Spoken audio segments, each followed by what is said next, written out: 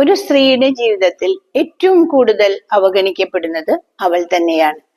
വീടും പണിയും ജീവിതവും. എല്ലാവരെയും നോക്കുന്ന ഒരാൾ ഓരോ വീട്ടിലും ഉണ്ടാകും. രാവിലെ കണ്ണു തുറക്കുന്നത് മുതൽ രാത്രി കിടക്കുന്നത് വരെ അവളുടെ സമയം മറ്റുള്ളവർക്കുള്ളതാണ്. വീടിന്റെ ഓരോ കോണും വൃത്തിയാക്കും, ഭക്ഷണം സമയത്തിന് തയ്യാറാക്കും, കുട്ടികളുടെ കാര്യങ്ങൾ ശ്രദ്ധിക്കും, എല്ലാവരുടെയും ഇഷ്ടങ്ങൾ ഓർത്തുവെക്കും. പക്ഷേ ഒരു ചോദ്യം മാത്രം ബാക്കി. അവളെ അവസാനമായി നോക്കിയത് എപ്പോഴാണ്? അവളുടെ ആരോഗ്യം, അവളുടെ സ്വപ്നങ്ങൾ, അവളുടെ സന്തോഷം.